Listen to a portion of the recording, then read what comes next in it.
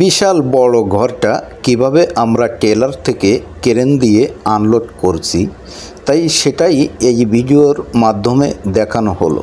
তাই ভিডিওটা দেখলেই আপনারা বুঝতে পারবেন। ছোট্ট এই ভিডিওটাতে আপনারা দেখতে পাবেন বিশাল ঘরটা ক্রেন দিয়ে কিভাবে আনলোড করি।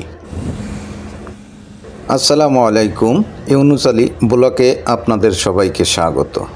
দেশ ও দেশের বাইরে থেকে যারা এই ভিডিওটা দেখছেন সবাইকে ধন্যবাদ। এই ভিডিওতে আপনারা দেখতে পাচ্ছেন যে হেভি লিফটিংয়ের কাজগুলো কিভাবে করে, যে একটা টেলার থেকে ক্রেন দিয়ে বড় একটা ঘর কিভাবে আমরা আনলোড করি। তাই ভিডিওটা স্কিপ করবেন না, শেষ পর্যন্তই দেখুন।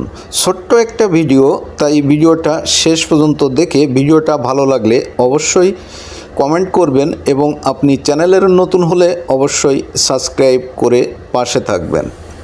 এই যে দেখুন, আমরা কিন্তু টেলার থেকে ভিডিওটা যে ঘরটা আনলোড করছি ক্রেন দিয়ে, সেটার এই ভিডিওটা এখানে কিছুটা ধরা হলো।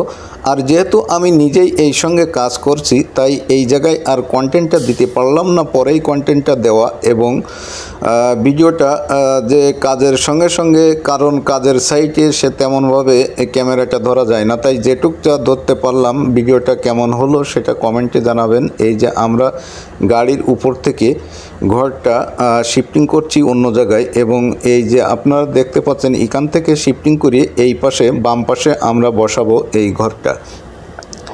এই যে এখানে এই ঘরটা ওই লাভিয়ে এই জায়গায় প্রপারলি বসানো হচ্ছে। এটা বড় একটা অফিস হবে, তাই এই ঘরটা এখান থেকে সরিয়ে টেলার থেকে লাভানোর পরে এখানেই দিচ্ছি। তাই ভিডিওটা কেমন হলো অবশ্যই জানাবেন।